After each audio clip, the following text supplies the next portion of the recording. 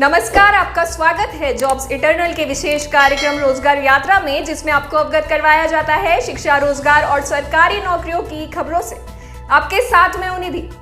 बात करते हैं आज की प्रमुख खबरों की। राजस्थान प्रशासनिक सेवा परीक्षा यानी कि RAS 2018 को लेकर विवाद खत्म होने का नाम नहीं ले रहे। शिक्षा मंत्री गोविंद सिंह डोटासरा पर लगे आरोपों के बाद अब इंटरव्यू से जुड़ा एक और मामला सामने आया है। एक अभ्यर्थी को इंटरव्यू में 70 से ज्यादा अंक दिलाने के नाम पर 20 लाख रुपए की रिश्वत ली गई थी। हालांकि नंबर पूरे नहीं आने पर रुपये वापस लौटाते हुए एक दलाल सहित 3 लोगों को गिरफ्तार किया गया।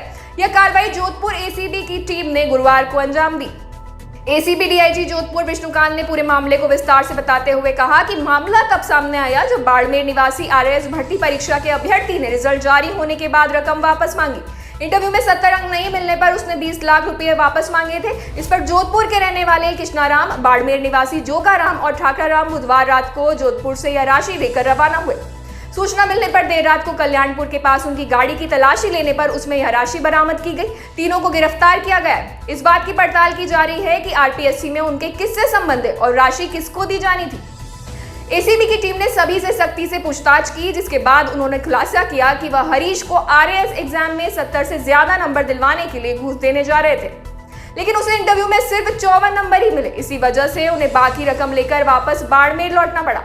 वहीं ACB ने दलाल समेत तीनों आरोपियों को गिरफ्तार कर लिया।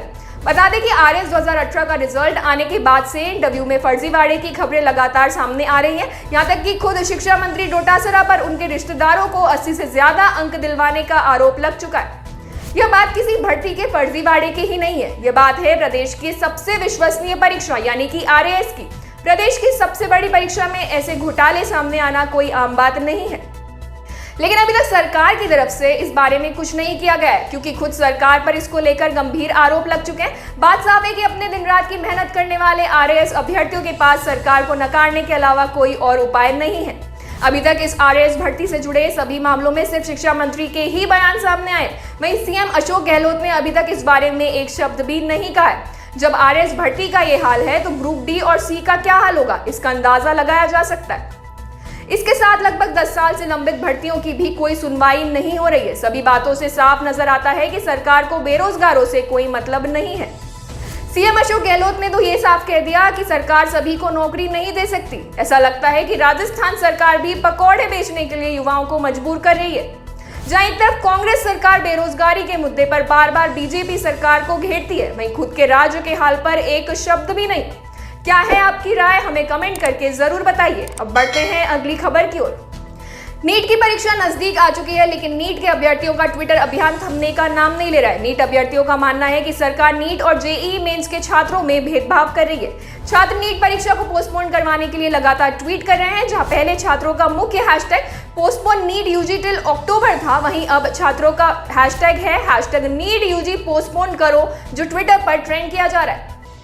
छात्रों का मानना है कि जब JEE मेंस की होने वाली परीक्षाओं में छात्रों को उपयुक्त समय दिया जाता है, तो नीट की परीक्षा जो साल में सिर्फ एक बार होती है, उससे परीक्षा पैटर्न को समझने के लिए सिर्फ 2 महीने का समय क्यों? आपको बता दें कि नीट 12 सितंबर को होना सुनिश्चित है। इसी को लेकर अभ्यर्थी प्रोटेस्ट कर रहे हैं। गौरतलब है कि नीट ने 13 जुलाई को परीक्षा पैटर्न में बदलाव किया है, जिसे समझने और उसके अनुसार तैयारी करने के लिए छात्रों को सिर्फ 2 महीने का समय दिया गया। साथ ही नीट 2021 के अभ्यर्थियों का कहना है कि जब JEE की परीक्षा अक्टूबर में कराई जा सकती है, तो नीट की क्यों नहीं? छात्रों की मांग है कि नीट 2021 को स्थगित कर इसे 1 महीने बाद अक्टूबर में कराया जाना चाहिए। हालांकि केंद्र सरकार ने साफ कर दिया है कि अब किसी भी हाल में परीक्षा को आगे नहीं किया जाएगा। नए शिक्षा मंत्री ने कार्यभार संभालने के पश्चात नीट की तारीखों का ऐलान किया था, जिसके बाद से ही स्टूडेंट्स लगातार नीट को पोस्टपोन करने की मांग उठा रहे हैं। अगली खबर में बात करेंगे BPSC 64वीं परीक्षा की वेटिंग लिस्ट के बारे में। BPSC 64वीं वेटिंग रिजल्ट को लेकर राष्ट्रीय पिछड़ा वर्ग आयोग में सोमवार को सुनवाई हुई। BPSC की तरफ से डिप्टी सेक्रेटरी कुंदन कुमार ने वेटिंग रिजल्ट को लेकर जो पक्ष रखा, उससे राष्ट्रीय पिछड़ा वर्ग आयोग के अध्यक्ष डॉक्टर भगवान लाल सहनी संतुष्ट नहीं हुए। आयोग के समक्ष कुंदन कुमार ने कहा कि BPSC बिहार सरकार के कार्मिक एवं प्रशासनिक सुधार विभाग के संकल्प पत्र के 16वें निर्देश के आलोक में ही रिजल्ट प्रकाशित करता है। 16वां निर्देश कहता है कि किसी उम्मीदवार द्वारा निर्धारित समय सीमा के अंदर योगदान नहीं देने पर रिक्त सीट को अगले अधियाचना के लिए भेज दिया जाता है। जबकि डॉक्टर भगवान लाल सहनी का कहना था कि सीट भरने की सभी संभावनाओं को आजमाने के बाद ही रिक्त सीट आगामी अधियाचना के लिए भेजी जानी चाहिए। 16वां अनुदेश वेटिंग रिजल्ट देने से रोकता भी नहीं है। राष्ट्रीय पिछड़ा वर्ग आयोग में वेटिंग रिजल्ट को लेकर याचिका दायर करने वाले बालेंद्र कुमार का कहना था कि संकल्प पत्र के सभी अनुदेश एक दूसरे से पूरक हैं।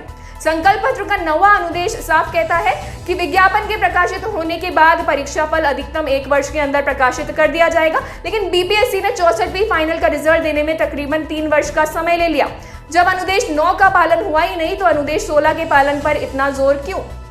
याचिकाकर्ता बालेंद्र कुमार ने बताया कि सामान्यतः कोई भी आयोग प्रारंभिक परीक्षा और मुख्य परीक्षा से लेकर साक्षात्कार की प्रक्रिया तक का अंतिम परिणाम 1 वर्ष के अंदर जारी कर देता है, लेकिन अफसोस की बात है कि बिहार लोक सेवा आयोग ने बीपीएससी 64वीं का रिजल्ट जारी करने में तकरीबन 3 वर्ष की लंबी अवधि का समय ले लिया।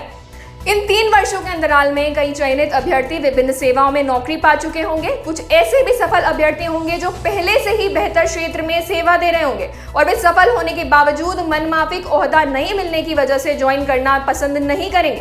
बालेंद्र कुमार ने आगे बताया कि पूर्व में भी देखा गया है कि लगभग 20 से 25% चयनित अभ्यर्थी अन्य कारणों से ज्वाइन नहीं करते। एक अनुमान के मुताबिक बीपीएससी 64वीं के अंतिम परिणाम में भी चयनित अभ्यर्थियों में से 300 से 400 करीब ज्वाइन नहीं करेंगे। ऐसे में प्रतीक्षा सूची नहीं बनना उन अभ्यर्थियों के साथ अन्याय होगा जो मेहनत करके साक्षात्कार तक पहुंचे थे।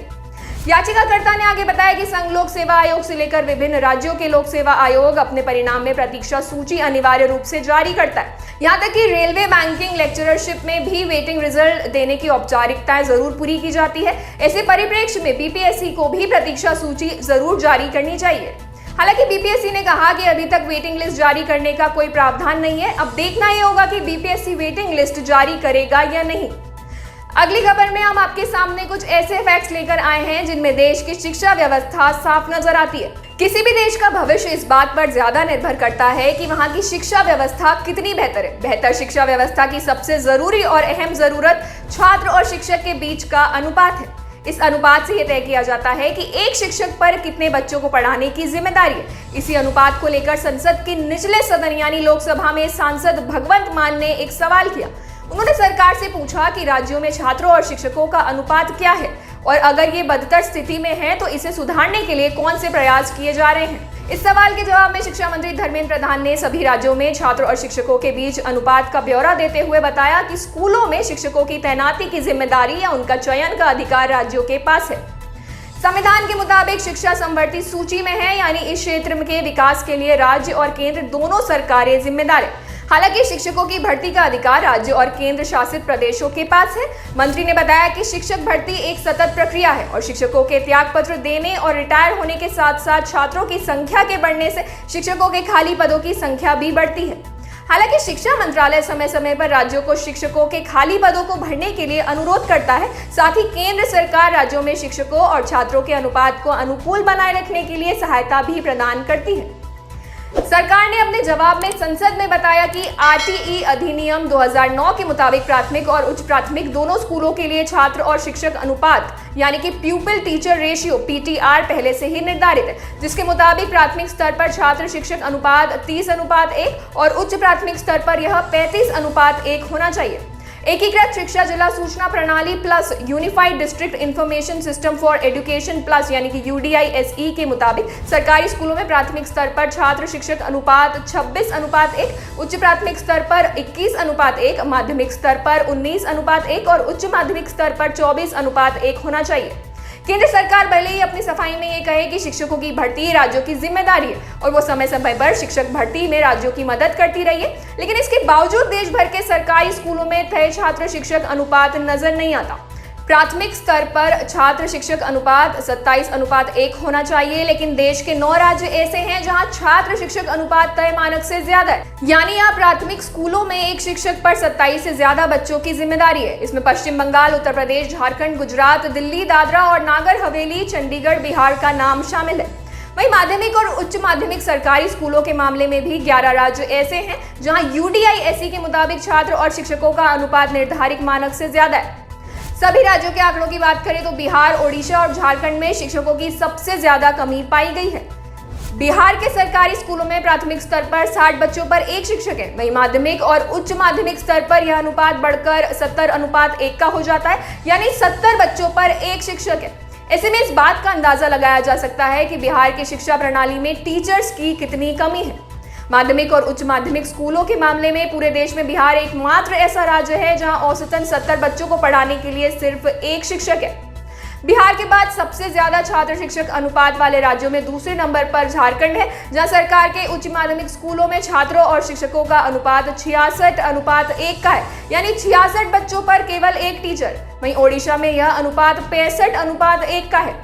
आज की रोजगार यात्रा को अंत तक देखने के लिए आपका धन्यवाद। किसी भी सरकारी नौकरी की जानकारी और आवेदन हेतु आप डिस्क्रिप्शन में दिए गए लिंक पर क्लिक कर हमारी ऑफिशियल वेबसाइट jobseternal.com पर जा सकते हैं। अगर आपको ये कार्यक्रम पसंद आया हो या इससे आपकी या किसी और की सहायता होती है तो इस वीडियो को लाइक और शेयर करें। साथ ही शिक्षा और रोजगार से जुड़ी खबरों से अवगत रहने के लिए हमारे चैनल को सब्सक्राइब जरूर करें। धन्यवाद।